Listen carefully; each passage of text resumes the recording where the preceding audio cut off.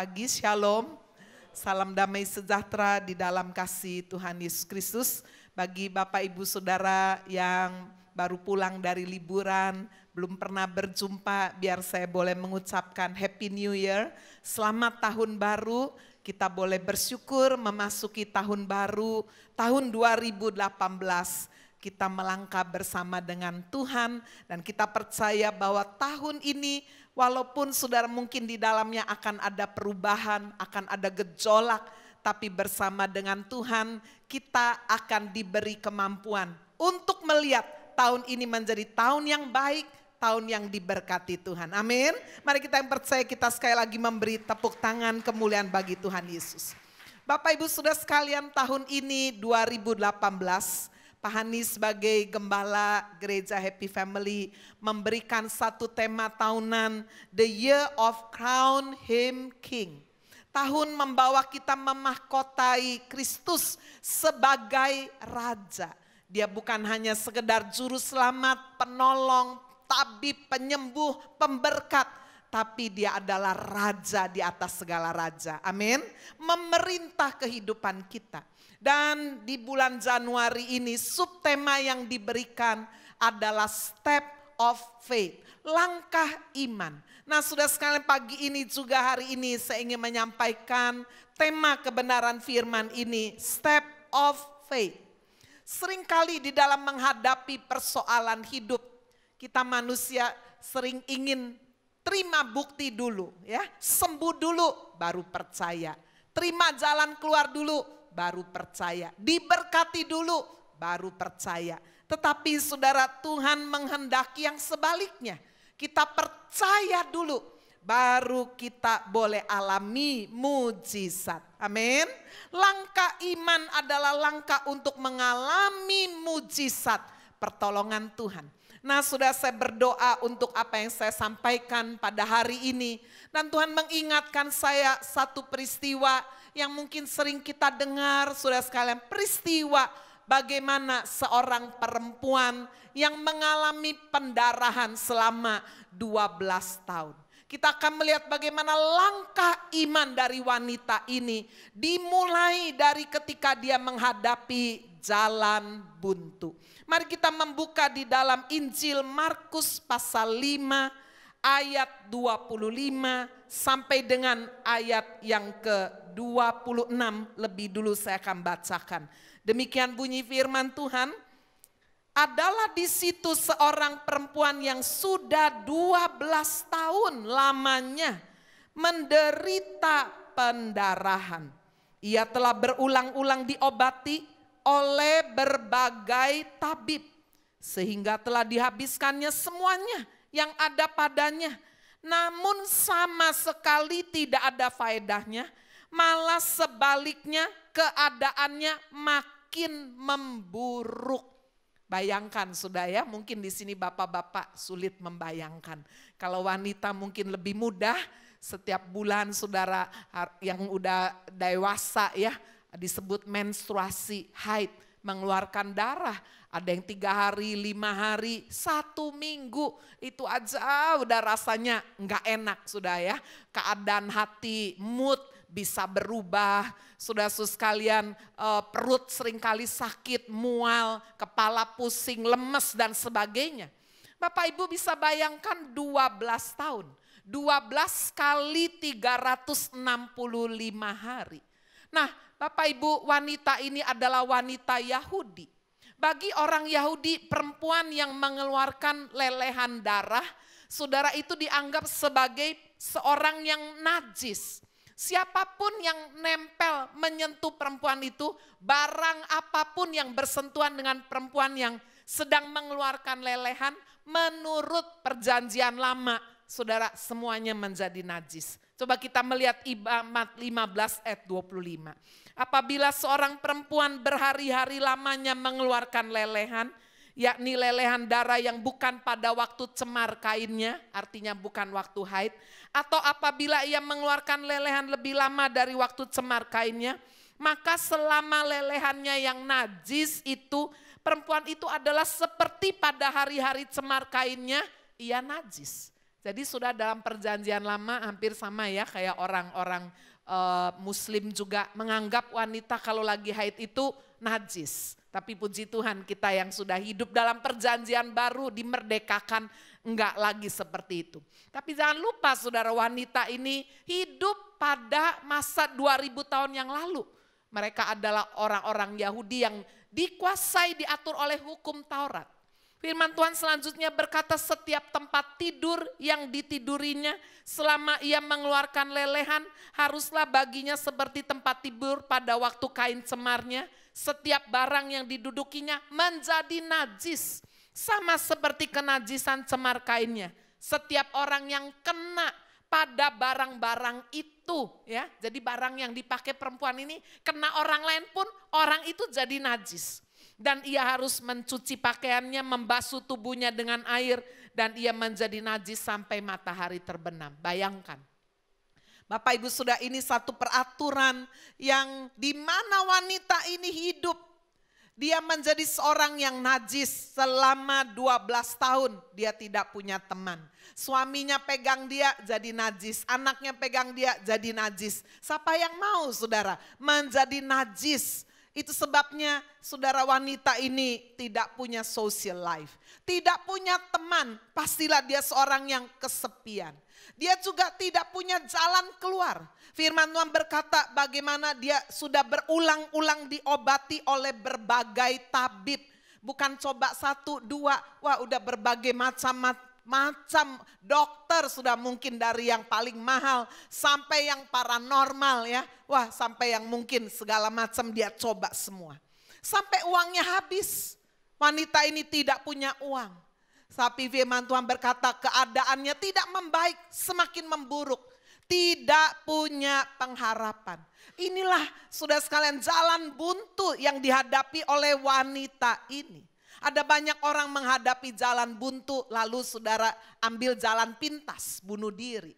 Beberapa hari yang lalu kita juga dengar bagaimana seorang yang kalah judi, orang kaya ya pilih jalan pintas, terjun sudah dari lantai yang sangat tinggi ya di Singapura. Kita juga membaca bukan hanya sudah orang-orang kaya yang putus asa bisa bunuh diri. Sudah orang-orang yang juga status ekonomi rendah. Bagaimana ketika menghadapi suaminya, sudah sekalian kawin lagi punya wanita lain. Dia putus asa. Dia racuni 3 anak kecilnya, sudah 3 anak yang masih kecil-kecil. Dia racuni dirinya, mati semua, tapi dia masih bisa tertolong. Bapak Ibu, hari ini kita melihat bagaimana step of faith, langkah iman, seringkali dimulai ketika kita menghadapi jalan buntu. Seperti yang dialami oleh wanita ini. Bapak Ibu saudara sekalian, kita bersyukur melihat bagaimana wanita ini tidak putus asa dan tidak bunuh diri. Tetapi saudara sekalian, kita melihat bagaimana dia melangkah dengan iman. Ketika dia menghadapi jalan buntu, dia tidak punya koneksi, dia tidak punya keluarga yang menemani dia ke dokter atau menemani dia untuk datang kepada Yesus, enggak ada. Karena dia enggak bisa bersentuhan dengan siapapun juga. Coba kita lihat di dalam Markus 5 ayat 27 sampai 29. Dia sudah mendengar berita-berita tentang Yesus. Wow, luar biasa. Maka di tengah-tengah orang banyak itu ia mendekati Yesus dari belakang dan menjamah jubahnya. Sebab katanya, asalku jamah saja jubahnya, aku akan sembuh. Seketika itu juga berhentilah pendarahannya dan ia merasa bahwa badannya sudah sembuh dari penyakitnya. Bapak Ibu saudara, dari mana munculnya iman wanita ini? Firman Tuhan dengan jelas berkata di ayat 27 bahwa dikatakan dia mendengar berita-berita tentang Yesus. Roma pasal 10 ayat 17 berkata iman datang dari pendengaran akan firman. Amin. Amin. Itu sebabnya kalau Bapak Ibu ingin bertahan, ingin bisa mengalami kemenangan, mengalami pertolongan, mujizat, di tengah persoalan, di tengah keadaan yang menyesakan. Justru jangan meninggalkan Tuhan, jangan malas ke gereja. Saya lihat sudah ada banyak orang kalau kena masalah jadi malas ke gereja. Apalagi kalau dia udah melayani, berhenti pelayanan. Bu, saya lagi banyak masalah, saya berhenti dulu. Wah ya, saudara-saudara sekalian, lihat wanita ini. Saudara sekalian, dia justru melangkah dengan iman. Dia mendengar berita-berita tentang Yesus. Kalau saudara membaca di dalam peristiwa sebelumnya Markus pasal 5. Bagaimana Tuhan memulihkan seorang yang kerasukan setan. Hidupnya sudah di kuburan. Orang tua sudah nggak bisa lagi saudara bersama-sama dengan anak ini. Setiap kali di rantai yang mengikatnya pasti lepas. Kasih baju telanjang. Ya, nggak ada orang saudara yang bisa menyembuhkan pria gila ini yang ada di Gerasa, di kuburan. Tapi sudah baca bagaimana dalam Markus pasal 5. Yesus datang menjamah dan menyembuhkan pria ini normal kembali. Sudah sekalian, sampai kemudian pria yang udah disembuhkan dari kerasukan setan yang begitu banyak, legion. 1 legion di dalam ketentaraan Romawi, jumlahnya itu bisa sekitar 4.000 sampai 6.000. Sudah bayangin orang dikuasai 1 setan aja bisa gendeng ya, apalagi 4.000, 6.000. Namamu siapa? Legion katanya. Tapi saudara, tidak ada yang mustahil bagi Tuhan. Amin. Bagaimana pria ini dijamah, disembuhkan, dipulihkan. Jadi pria ini pingin ikut Yesus. Tapi apa jawab Yesus? Mari kita lihat Markus 5 ayat 19. Yesus tidak memperkenankannya, tetapi ia berkata kepada orang itu, pulanglah ke rumahmu, kepada orang-orang sekampungmu, beritahukanlah kepada mereka segala sesuatu yang telah diperbuat oleh Tuhan atasmu dan bagaimana ia telah mengasihani engkau. Orang itu pun pergilah dan mulai memberitakan di daerah Dekapolis segala apa yang telah diperbuat Yesus atas dirinya dan mereka semua menjadi heran. Oh, rupanya berita-berita inilah yang didengar oleh wanita yang sakit pendarahan 12 tahun ini. Amin. Dan ketika wanita ini mendengar berita kesembuhan yang mustahil bisa dilakukan oleh siapapun. Orang yang sudah gak pakai baju telanjang, orang yang sudah keleleran, saudara, udah gak makan makanan orang biasa ya. Saudara-saudara sekalian, dia dijamah dan disembuhkan. Berita ini memunculkan iman di dalam diri wanita ini. Saudara, apa yang kita bisa baca di dalam ayat 27 sampai dengan ayat 29. Dia sudah mendengar berita-berita tentang Yesus. Maka di tengah orang-orang banyak itu ia mendekati Yesus dari belakang dan menjamah jubahnya. Sebab katanya, asal ku jamah saja jubahnya, aku akan sembuh. Seketika itu juga berhentilah pendarahannya dan ia merasa bahwa badannya sudah sembuh dari penyakitnya.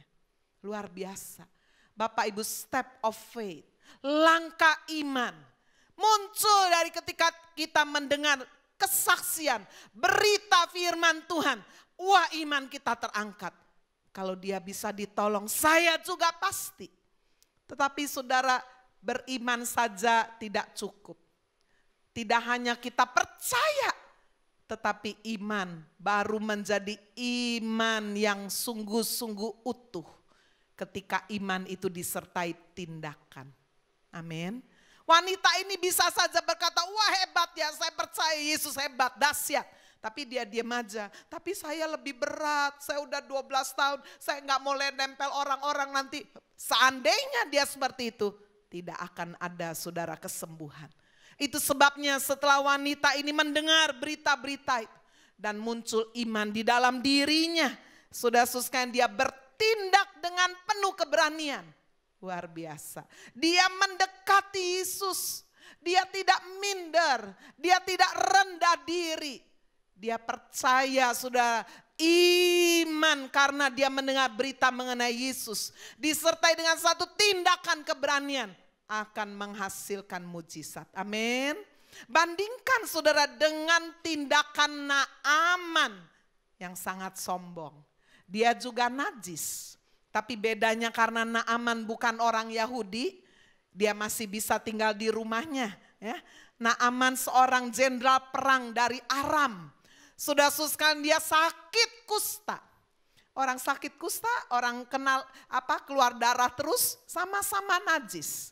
Tetapi bagaimana saudara Naaman boleh sungguh-sungguh melangkah saudara-saudara sekalian ketika dia mendengar berita dari hamba perempuan orang Israel, perempuan muda Israel yang ditawannya, dijadiin pembantu untuk istrinya. Saudara sekalian, wanita muda ini menceritakan, Tuhan, di sana ada seorang hamba Tuhan yang bisa berdoa dan mungkin Tuhan akan bisa dijamah dan disembuhkan. Tetapi apakah Naaman datang dengan merendahkan hati? Tidak. Dia pada awalnya mengandalkan kekayaan. Coba kita lihat sebentar saudara untuk kita bisa melihat perbandingan. Dari sini kita juga bisa belajar. Mengapa seringkali sudah kita tidak mengalami mujizat pertolongan Tuhan. Kita alami masalah yang ruwet, kita alami jalan buntu. Apakah itu dalam pekerjaan saudara? Aduh, sepertinya udah mau sukses, udah berhasil, kesuksesan itu udah ada di depan pintu, tapi tinggal masuk aja kok nggak masuk-masuk ya. Nah, atau sudah mungkin berkata, aduh sedikit lagi hampir sembuh, tapi kok nggak sembuh ya. Aduh sebentar lagi sebetulnya rumah tanggaku bisa pulih, aduh kok nggak terjadi ya. Nah, coba kita akan cek. Mengapa seringkali saudara mujizat sepertinya udah bolak-balik ada di depan kita tapi kita tidak alaminya. Kita lihat contoh Naaman. Bapak ibu saudara sekalian, dia sebagai seorang yang sangat kaya dan terpandang. Dia sangat mengandalkan kekayaan. Kalau saudara membaca dalam 2 Raja-Raja 5 ayat 5. Maka jawab Raja Aram, baik pergilah. Aku mengirim surat kepada Raja Israel. Pergilah Naaman membawa sebagai persembahan 10 talenta perak. 1 talenta itu beratnya sama dengan 34 kilo. Jadi Naaman bawa 340 kilo perak. Sama dengan 340.000 gram perak.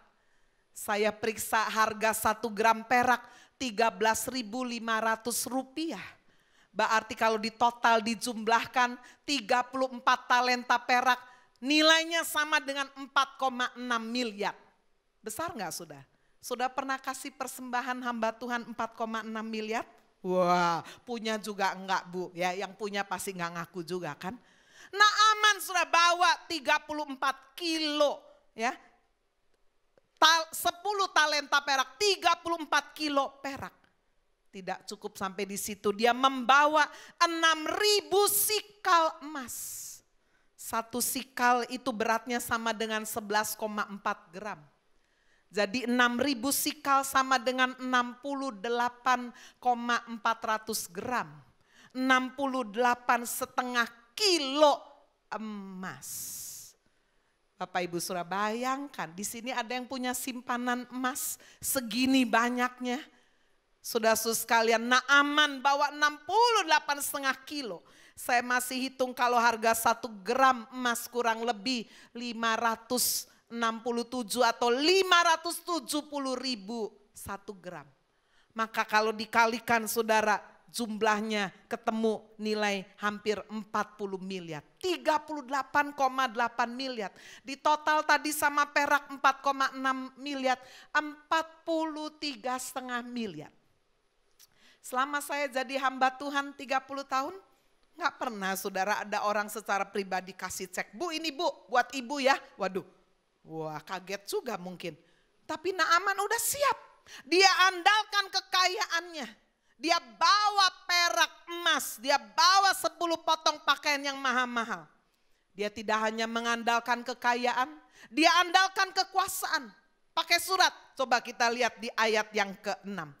Ia menyampaikan surat itu kepada Raja Israel yang berbunyi, sesampainya surat ini kepadamu maklumlah kiranya bahwa aku menyuruh kepadamu Naaman pegawaiku supaya engkau menyembuhkan dia dari penyakit kustanya. Wah, pakai surat kasih perintah sembuhkan Segera sesudah Raja Israel membaca surat itu, dikoyakkannya lah pakaiannya serta berkata, Allahkah aku ini yang dapat mematikan dan menghidupkan, sehingga orang ini mengirim pesan kepadaku supaya kusembuhkan seorang dari penyakit kustanya. Wah, andalkan kekuasaan. Dia pikir saudara dia panglima raja, kesayangan raja. Raja bisa tulis surat pada Raja Israel, ayo sembuhkan ya. Wah, keliru sekali. Andalkan kekayaan, andalkan kekuasaan, andalkan caranya sendiri.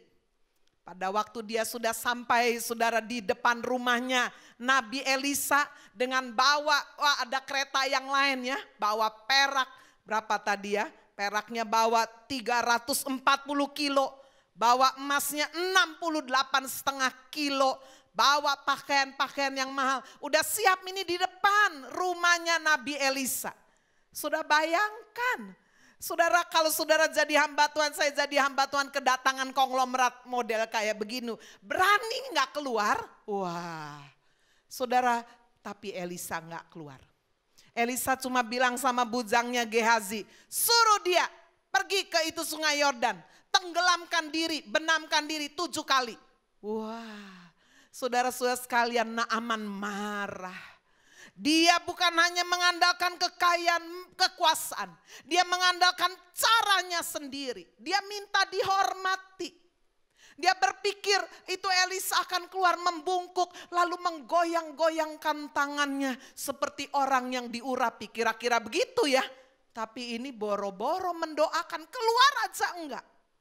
Bapak Ibu Saudara, dia minta dihormati. Dia juga minta yang nyaman. Apa? Sungai Yordan kotor kayak begitu. Kenapa enggak pilih sungai yang lain? Sungai Parpar, sungai apalagi kalau saudara baca di Damsik lebih baik dari segala sungai Israel. Bapak Ibu, berapa sering dalam hidup ini mujizat sudah lewat, mondar-mandir, tapi kenapa enggak masuk dalam hidup saudara? Coba cek. Apakah kita andalkan kekayaan kita? Ada uang, kekuasaan, oh aku kenal ini pejabat-pejabat, jenderal-jenderal, wah mungkin presiden-presiden, orang-orang kuat. Wah, apakah sudah mengandalkan cara sendiri, kekuatan sendiri, pengalaman sendiri? Dan dalam hal ini Naaman gagal. Dia hampir aja udah marah, sialan ini nabi nih, kira-kira begini ya. Udah, ndak paten, ndak sembuh juga ndak apa-apa. Mas aku suruh menenggelamkan diri, membenamkan diri ke sungai Yordan. Udah pulang ini, marah, berapi-api marahnya. Tapi untunglah Naaman punya pegawai-pegawai berkata, Tuanku, itu nabi itu kan suruh yang muda aja. Ya, asal kita rendah hati, buka bajunya, aduh kusta semua. Membenamkan diri 7 kali, apa sih susahnya? Enggak keluarin emas, enggak keluarin perak, enggak keluarin yang lain-lain. Saudara, hati Naaman sejuk, dia berpikir ya betul juga ya. Bapak Ibu, betapa penting dalam hidup kita punya penasehat yang baik. Amin. Istri seharusnya menjadi penolong yang baik. Jangan merongrong suami lu, manas-manasin suami.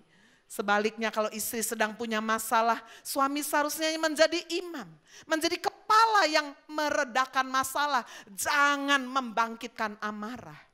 Bapak Ibu, saya melihat bagaimana Naaman pada akhirnya tidak mengandalkan kekayaan, kekuasaan atau pengalaman caranya sendiri. Dia merendahkan hati. Dia pakai caranya Tuhan, God's way. Amin. Dan ketika dia ikut caranya Tuhan, dia alami mujizat dan kesembuhan. Kembali kepada kisah perempuan pendaran 12 tahun. Bapak Ibu, dia merendahkan hati, dia tidak minder. Dia tidak sombong apanya yang disombongin. Dia memiliki tekad yang kuat. Asalku jamah saja jubahnya, aku akan sembuh.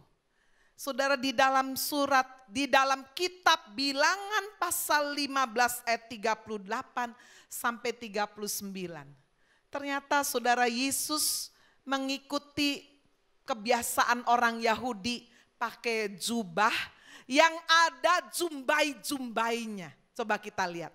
Ini adalah perintah dalam perjanjian lama. Berbicaralah kepada orang Israel dan katakan kepada mereka bahwa mereka harus membuat jumbai. Ya, nanti kita lihat fotonya. Pada punca itu ujung.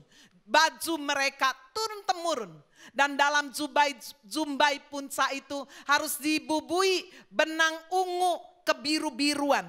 Jadi benangnya ada warna putih, ada warna campuran ungu kebiru-biruan. Tujuannya, fungsinya apa? Maka jumbai itu akan mengingatkan kamu. Apabila kamu melihatnya kepada segala perintah Tuhan. Supaya ingat, pakai jubah untuk sembayang gitu ya, orang Israel. Ada jumbainya, ingat bahwa harus memegang perintah Tuhan. Sehingga kamu melakukannya tidak lagi menuruti hatimu atau matamu sendiri. Seperti biasa kamu perbuat dalam ketidaksetiaanmu terhadap Tuhan. Coba kita lihat saudara, jubah yang dipakai oleh Tuhan Yesus 2000 tahun yang lalu. Nah ini, jadi wanita pendarahan ini, saudara, Yesus jalan pakai jubah. Ujung jubahnya itu ada jumbainya, putih campur benang warna biru keungu-unguan. Jadi saudara, wanita ini punya iman. Asa aku pegang aja jumbainya. Ya, dalam bahasa Ibrani, saudara, jumbai ini namanya tzitzit, ya, pakai TZIT, tzitzit. Saudara sekalian, wanita ini punya satu tekad yang luar biasa.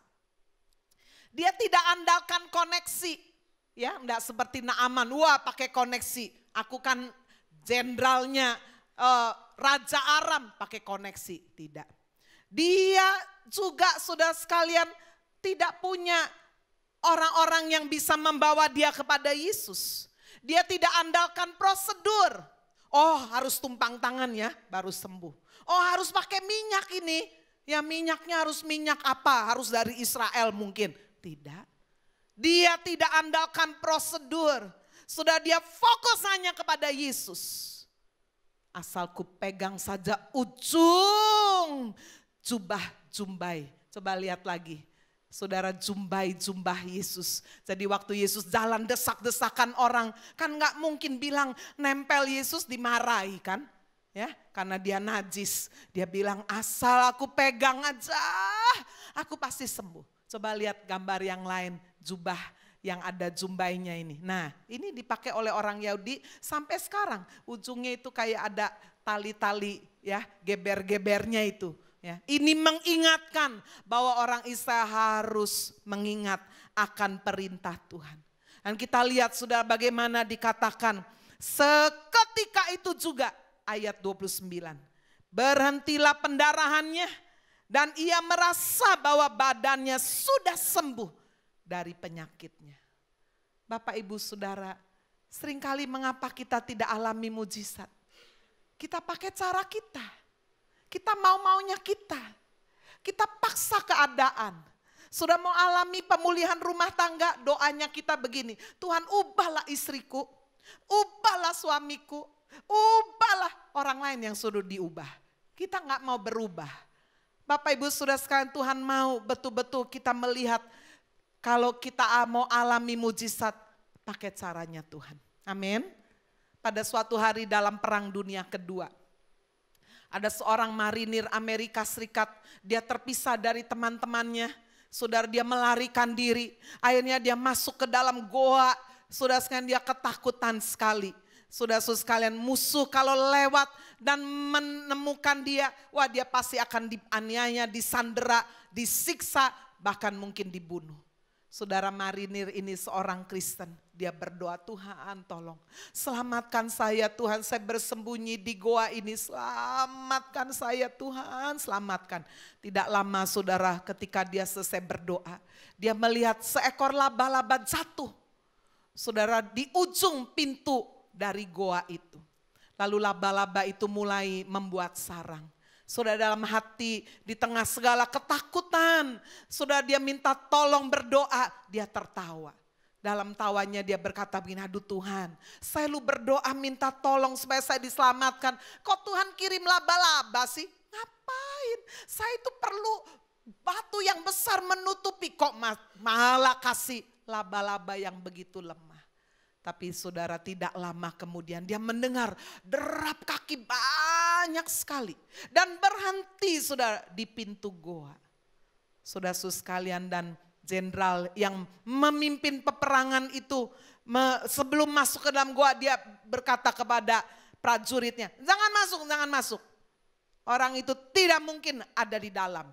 Sebab ada laba-laba sudah buat sarangnya. Kalau ada orang di dalam pasti jaring ini akan rusak. Jadi nggak usah masuk. Dia nggak mungkin ada. Dan kemudian saudara jenderal dan tentaranya melanjutkan perjalanan. Bapak Ibu marinir ini baru mengerti bahwa Tuhan mengirim pertolongan dalam caranya. Amin. In God's way, not in my way. Tuhan sedang menunggu saudara sampai rendah hati. Sampai kesombongan kita dihancurkan. Sampai kita benar-benar percaya hanya fokus kepada Kristus. Sampai kita berkata, Tuhan kalau saya sampai bisa alami mujizat pertolongan. Apakah itu pekerjaan, rumah tangga, sakit, penyakit. Itu benar-benar karena Tuhan. Amin. Dan inilah yang ada di dalam diri wanita ini. Dia tidak andalkan uang, kekuasaan. Dia tidak andalkan koneksi. Dia hanya memandang Yesus. Step of faith. Matanya hanya tertuju kepada Yesus. Sekarang mari kita melihat bagian yang ketiga yang terakhir. Membaca Markus 5 ayat 30. Pada ketika itu juga Yesus mengetahui bahwa ada tenaga yang keluar dari dirinya. Lalu ia berpaling di tengah orang banyak dan bertanya, siapa yang menjamah jubahku?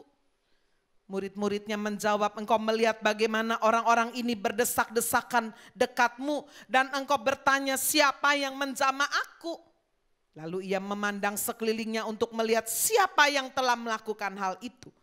Perempuan itu yang menjadi takut dan gemetar ketika mengetahui apa yang telah terjadi atas dirinya tampil dan tersungkur di depan Yesus dan dengan tulus memberitahukan segala sesuatu kepadanya. Maka kata Yesus kepada perempuan itu, hai anakku, imanmu telah menyelamatkan engkau. Pergilah dengan selamat, sembuhlah dari penyakitmu. Step of faith. Langkah iman setelah dimulai sudah ketika kita diizinkan menghadapi jalan buntu. Kayaknya nggak ada jalan keluar. Kayaknya nggak ada pintu. Kayaknya tidak ada pengharapan. Mari kita saudara melangkah dengan iman. Perbanyak membaca firman, kesaksian. Saudara kalau lagi ada masalah beban yang berat, jangan cari jalan keluarnya itu cara dunia. Pergi minum-minum, mabok, sebentar lupa, pulang, wah masalah muncul lagi. Saudara atau pergi kumpul-kumpul, ada dulu saudara ibu konseling sama saya, ada masalah rumah tangga dengan suami. Kompensasinya apa? Jalan-jalan ke luar negeri, shopping terus. Ya, dia bilang, Bu, itu saya kompensasinya begitu. Kalau ada masalah saya shopping, habis itu taruh belanjaan. Ada yang udah setahun 5 bulan belum pernah dibuka. Ada masalah luar negeri lagi, shopping lagi. Wah, ini jalan keluar yang ngentek-ngentek duit ini. Betul gak saudara? Ada yang merokok, minum, narkoba. Ada yang aduh udah kabur aja. Gak ada jalan keluar. Saudara itu hanya cuma simpen bom waktu aja. Satu kali meledak. Mari kita lihat step of faith yang dilakukan oleh wanita ini. Amin saudara. Melangkah dengan iman.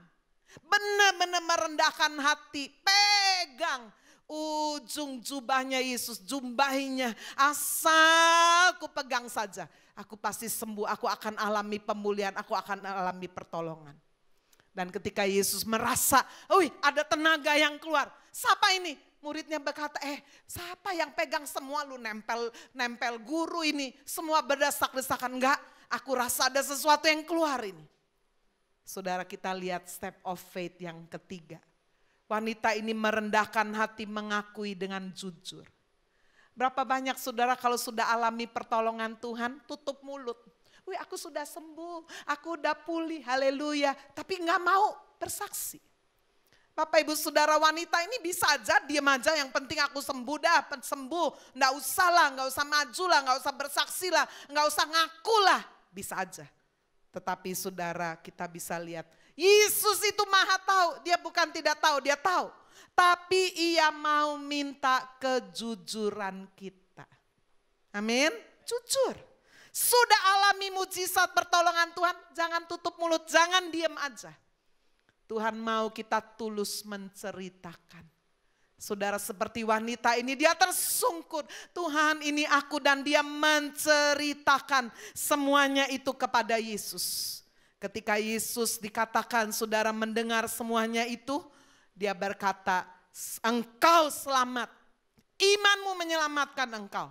Dan engkau sembuh dari segala sakit penyakitmu. Luar biasa. Hidup wanita ini menjadi buah bibir kesaksian. Orang-orang cerita. Buktinya apa? Coba kita lihat ayat terakhir. Markus pasal 6 ayat 56. Kemanapun Yesus pergi, ke desa-desa, ke kota-kota atau ke kampung-kampung. Orang meletakkan orang sakit di pasar, memohon kepadanya supaya mereka diperkenankan hanya menjamah apa? Ya, jubahnya saja. Dan semua orang yang menjamahnya menjadi sembuh. Ini bukti bahwa wanita ini sudah menjadi kesaksian.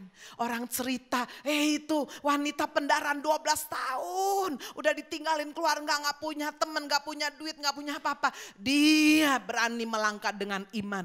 Dengan hanya menjamah ujung jumbainya Yesus sembuh. Dan itu menjadi kesaksian, orang-orang dengar. Dan berkata, aku mau melakukan lagi seperti wanita ini. Yesus izinkan, dan dikatakan orang-orang pun dijamah dan disembuhkan.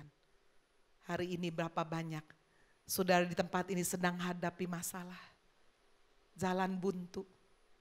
Saudara, orang kalau hadapi jalan buntu itu rasa sebel. Sebel sama siapa? Sebel sama orang lain, sebel sama diri sendiri, betul gak? Dan kalau gak hati-hati, sebel juga sama Tuhan. Tuhan, kenapa sih engkau gak tolong? Kok gak tolong? Gitu kan? Tuhan pasti menolong. Tapi Tuhan sedang menanti step of faith. Langkah iman kita, kerendahan hati kita, fokus kita kepada Yesus. Sampai kita boleh melihat pertolongan Tuhan nyata atas hidup kita. Terima mujizat pertolongan Tuhan. Amin. Tuhan Yesus memberkati kita semua.